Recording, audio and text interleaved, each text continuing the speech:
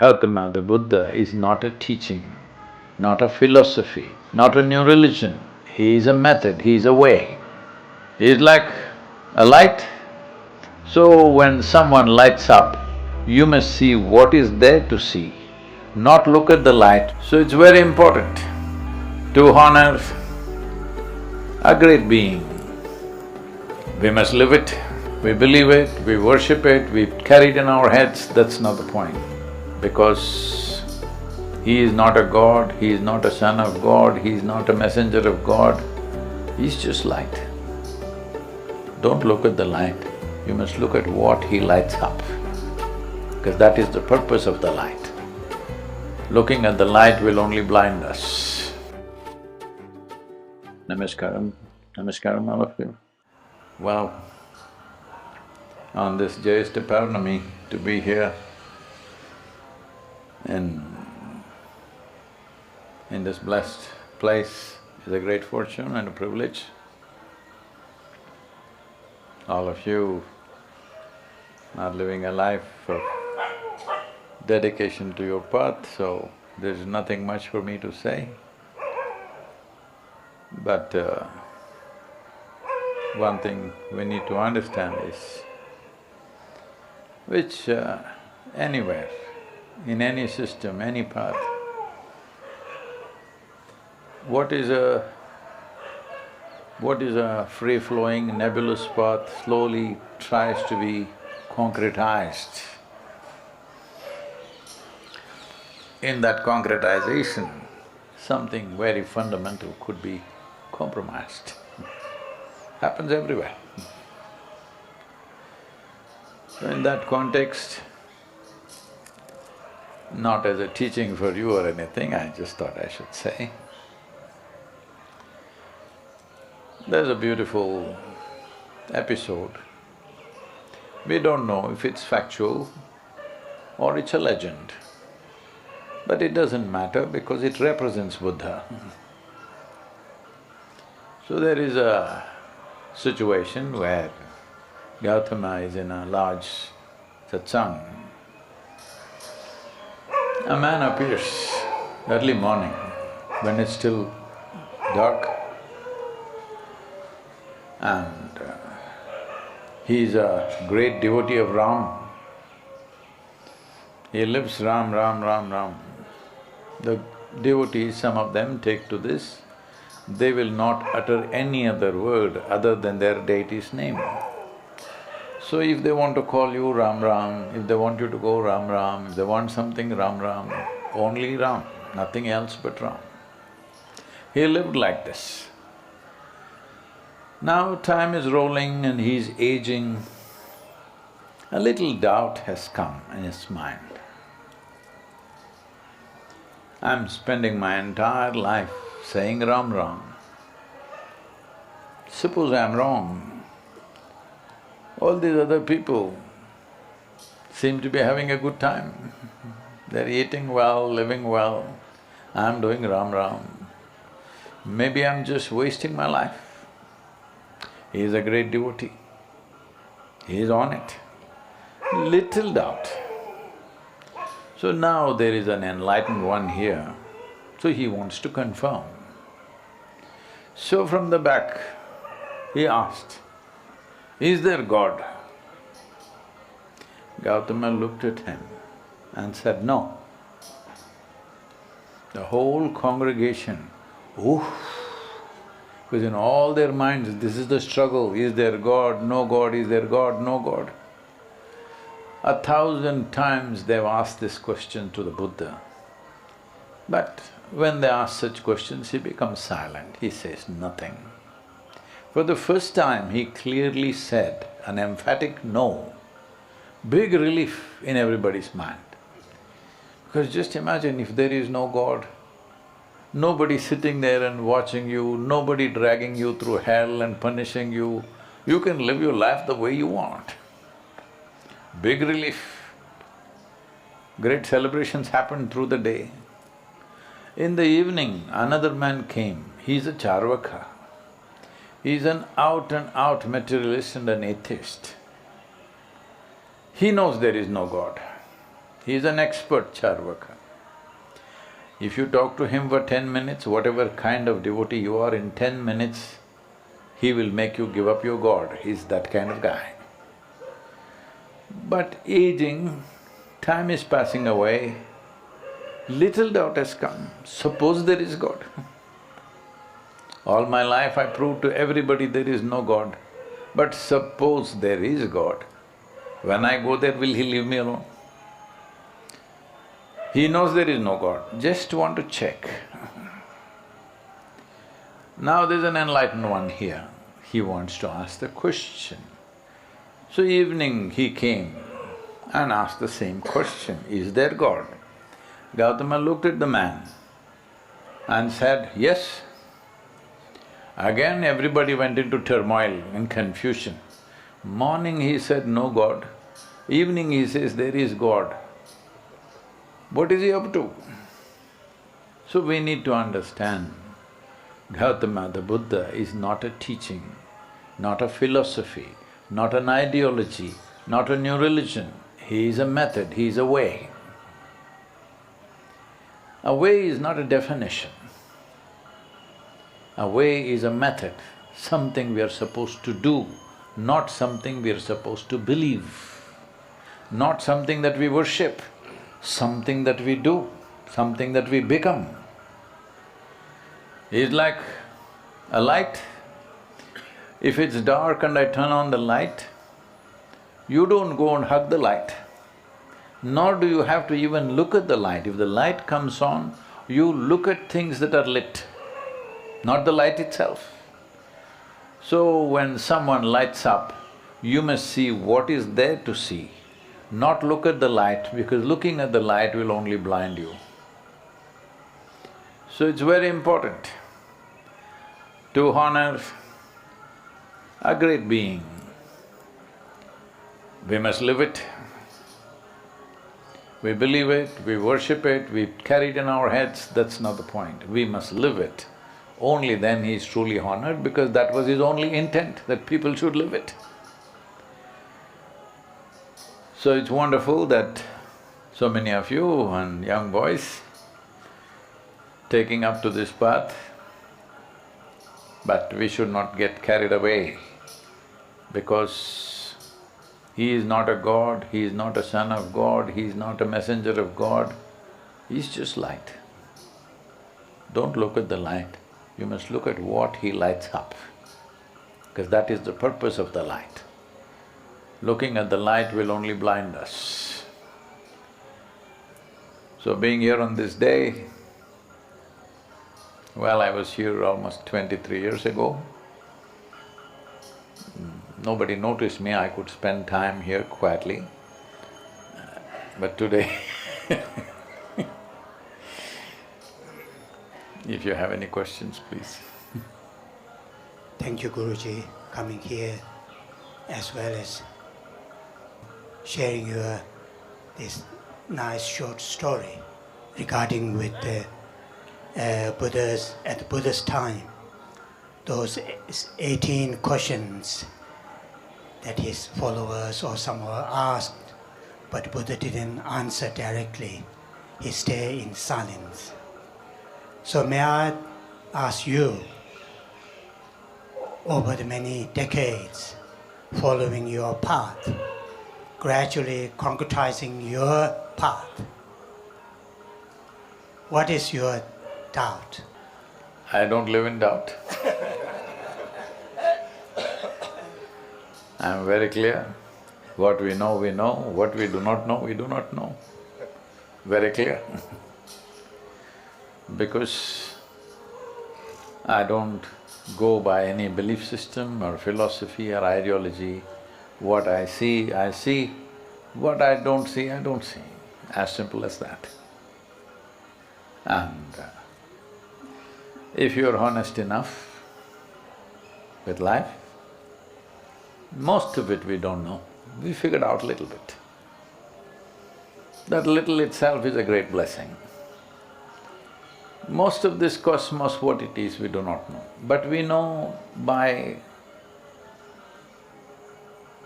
inference It's like today modern physics is telling you the basic construction of an atom and the cosmos is about the same. It is just the sophistication and the complexity is multiplying, but essentially it's the same.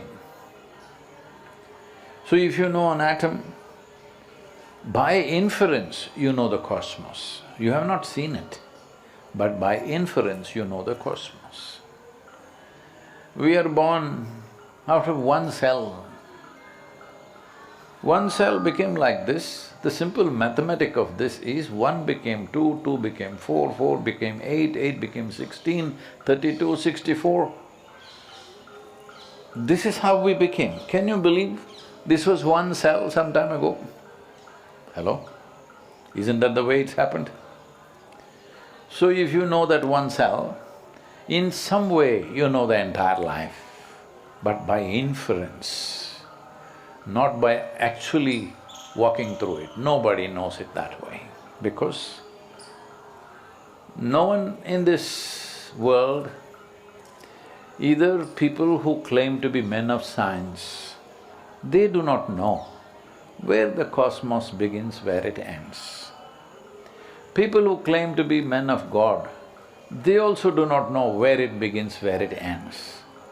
We're in such a blessed creation that even if you travel at the speed of light for 1,000,000 years, still you won't reach the ends. Isn't it a fantastic thing? If you hit the end, what would you do? You would bounce back So we are in such a blessed creation that even if you travel for millions of years, you will not touch the end. That is the beauty of this creation. If you don't have humility to enjoy your ignorance, then you have a serious problem. I do not know is a very powerful possibility. Only when you see I do not know, the possibility of longing to know, seeking to know, and the possibility of knowing arises. Everything I do not know, I believe. No, it is an imaginary bridge. You don't cross anything by that. I believe something, it's only in my mind, isn't it? Hello? What I believe is only in my mind, it's not a reality. Maybe it'll give me psychological strength, or it'll give me confidence without clarity. Confidence without clarity is a disaster. Gautama is against all confidence without clarity. He is for clarity. If you don't see, you don't see. Don't imagine that you're seeing something. If it goes beyond a point, it's called a psychological ailment. It's like this. If you pray to God, you are different. If you pray to God, you are talking to God. It's all right, you can talk as much as you want. Instead of talking to some local gossip, you're talking to God, it's okay. But in case He speaks to you, that means you're schizophrenic. Understand? If you speak, it's prayer, it's okay, it has many benefits, because without getting entangled, you're working out your karma in a way.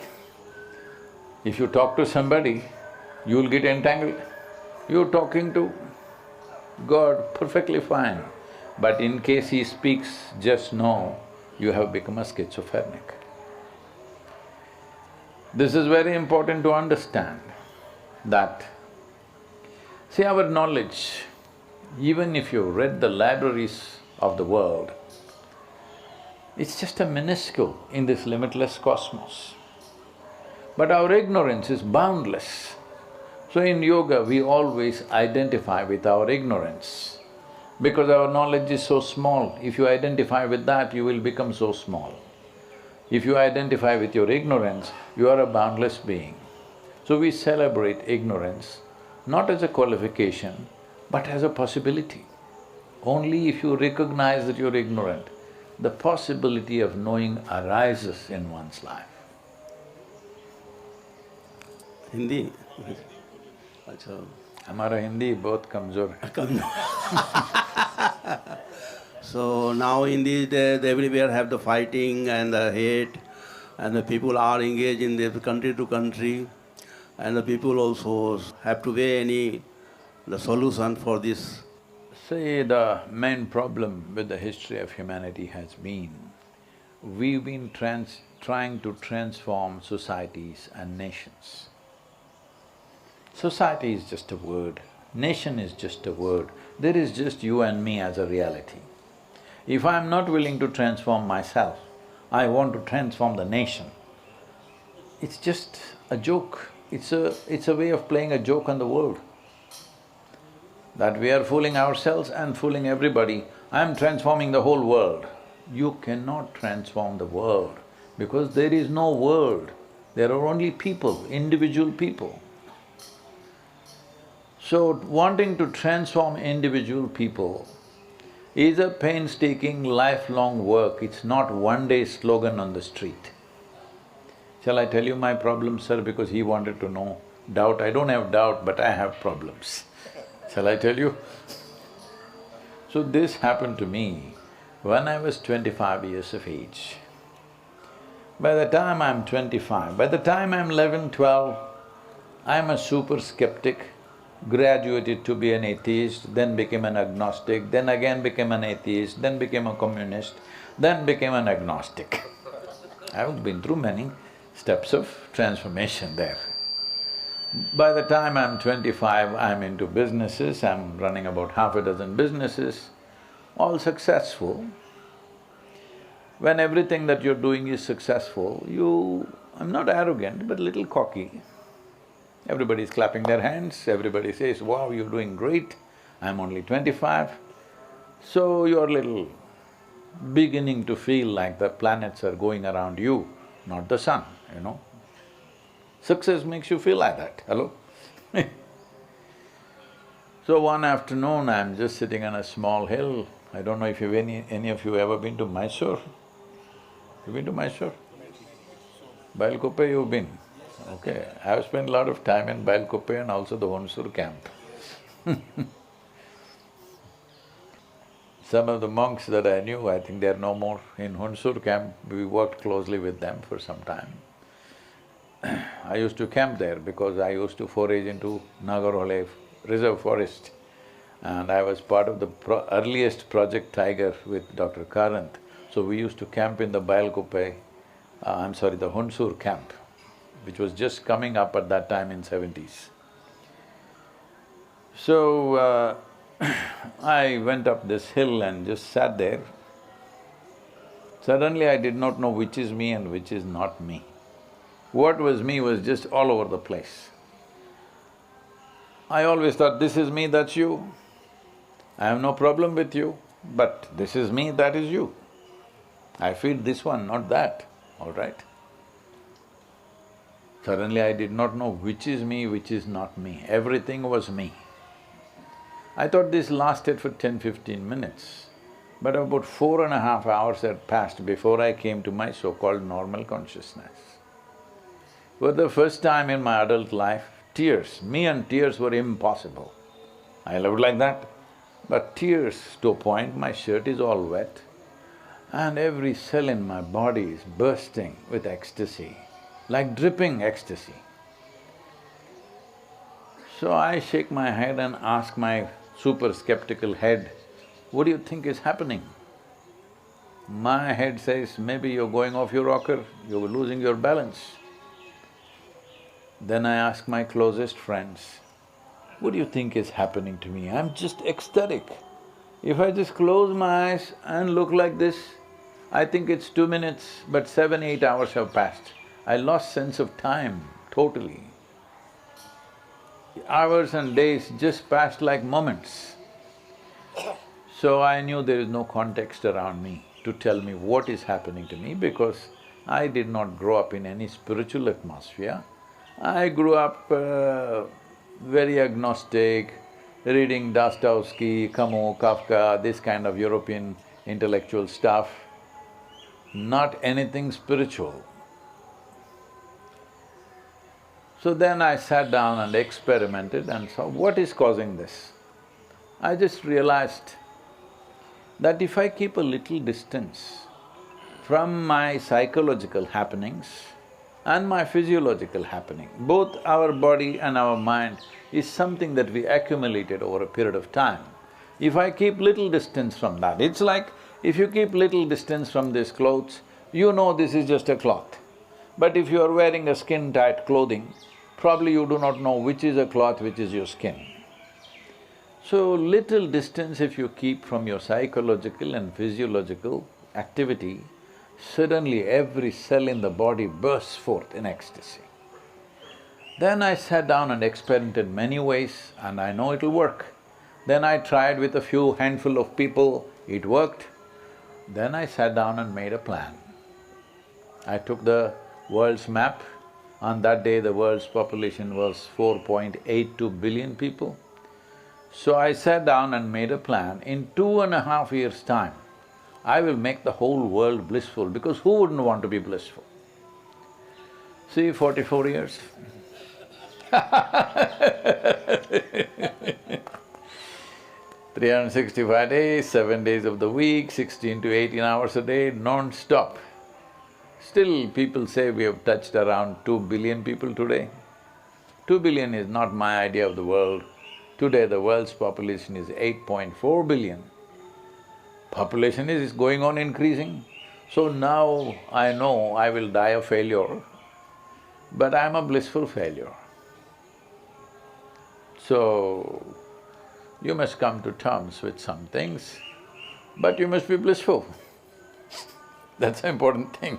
If you're blissful, you can come to terms with anything. If you're miserable, even with the best things you cannot come to terms with. So right now, this is the problem. People are not blissful.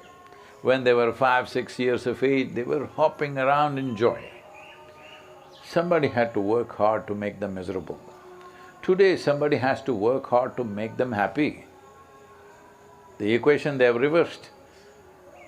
Just imagine, sir, when you are very joyful, do you ever think of causing harm to somebody?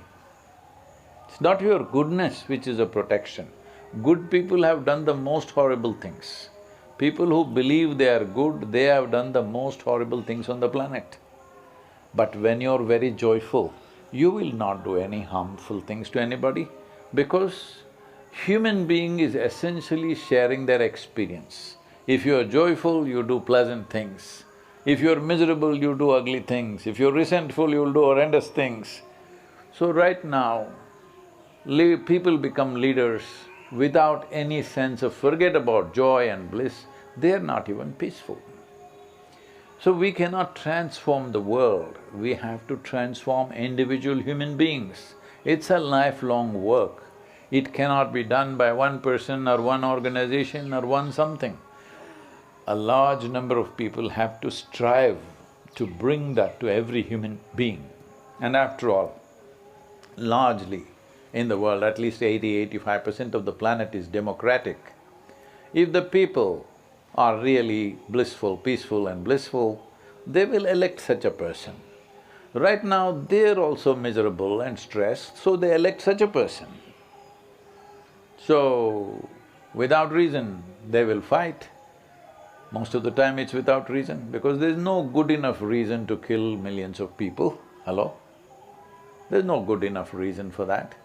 It is just that we get identified. See, in this culture, before we offer education to a child, from 0 to 12 in this culture, we should not teach a child anything.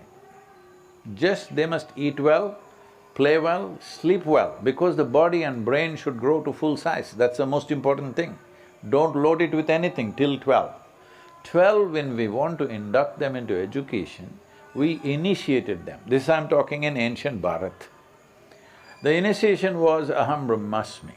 That means you make the child identify not with the parents, not with the family, not with the community or nation, identify with the cosmos. My identity is cosmic. See, if I'm identified with this body, you are a problem for me. If I identified with this community, those who are outside are a problem for me. If I am identified with this nation, those who are beyond the borders are a problem to me. We must understand there is no other crime on the planet except limited identification that human beings take. The entire spiritual process is to bring a human being to that experience that your identification with the body, your identification with your surroundings and your people, your genetics, your whatever, all these things are lowered so that your identity is much larger. If I am identified with you as my own, if I experience you as my own, where is the question of a fight or a war? So, there is no immediate solution, we need to understand this. There were mechanisms in the world to at least contain it, like after World War II, we came up with United Nations and some international laws, so that it is not that they stopped the wars, at least there was a legal process for that. Well, in the last 20 years we've broken all those things. I can wage war on anybody, you understand? Very large countries are waging war on other countries. We can wage war on anybody you want, okay? You can pick a small country and demolish them. There's nobody to ask anymore. It's only might is right. If I have the muscle, I can beat you up. So we are building a lawless world. This law is not for genuine peace, at least it kind of contains violence. But even that we have broken. People have withdrawn from nuclear treaties in the last 10 years, you know.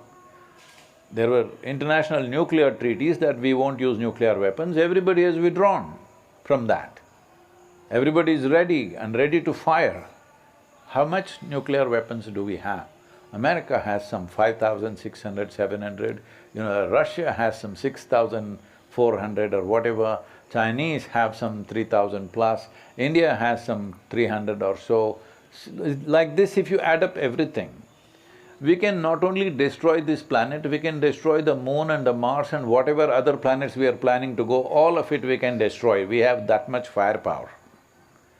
So, if very sane human beings are not there at the top, it's a very dangerous world. It is. There's no magic wand solution. If a generation works hard to bring meditativeness into the larger population, some change will happen, they will elect somebody who is little meditative, who will not think of aggression. But it's not an insurance, it is a better possibility. This is how the world is.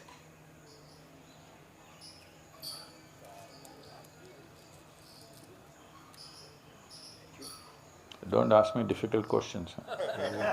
Don't worry, Guruji. Namaste. Welcome to Under the Bodhi Tree.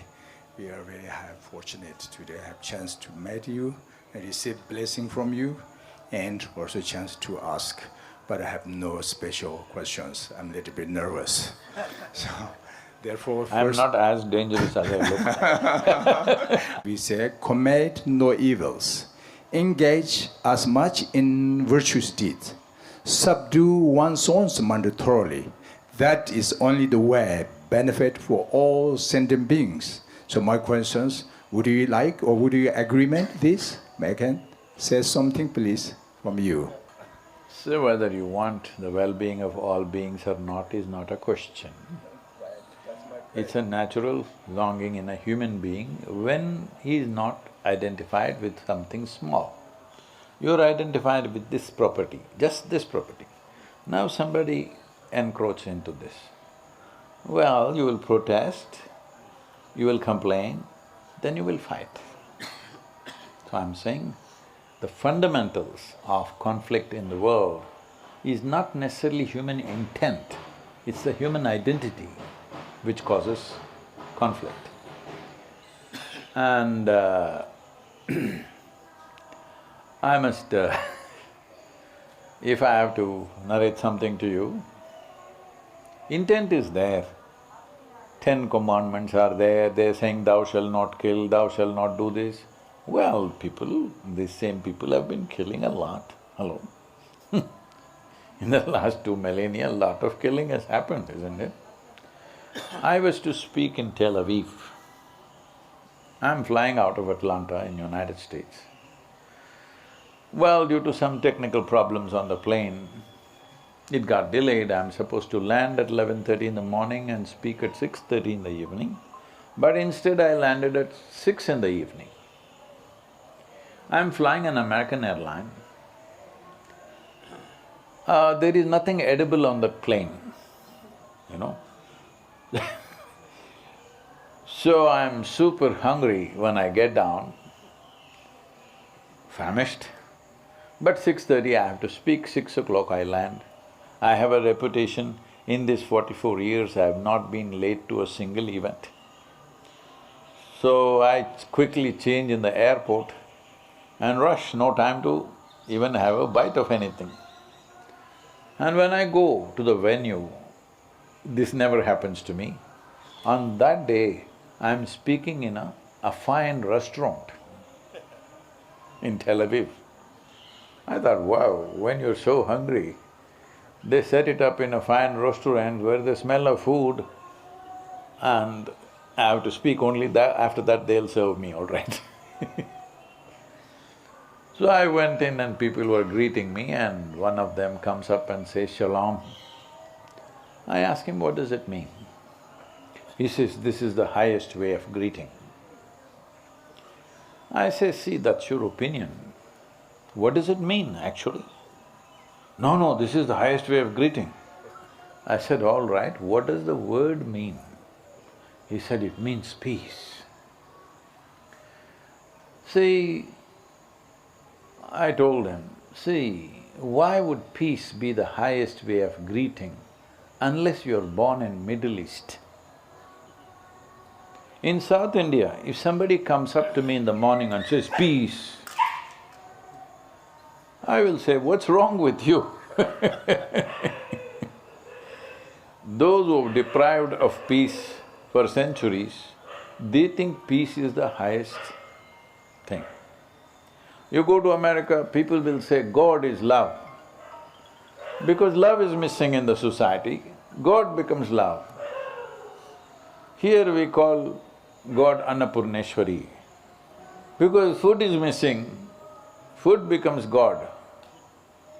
I'm saying whatever we deprive ourselves of, we try to raise it to heaven. Don't do that, because to be peaceful, to be loving, to be blissful, to be ecstatic, these are all human qualities. Hello? If ourselves and everybody around us was peaceful, blissful, joyful, loving, we would live in a wonderful world. But everything that is good about a human being, we have a tendency to export it to heaven. If you say bliss, they say heavenly bliss. If they say ecstasy, heavenly ecstasy. Why? These are all human things. We must keep it in this world, keep it in our hearts. Hello? Is this not important? No, God is love. Arey, whether God is love or not, who cares? Are you love or not? That's what matters, isn't it? Huh? So this is very important, we need to understand. If we do not create fundamental processes in our mind, which will inevitably lead to conflict. It doesn't take any genius to look at this. If you pay attention, you can see what are the structures in our mind which leads to conflict.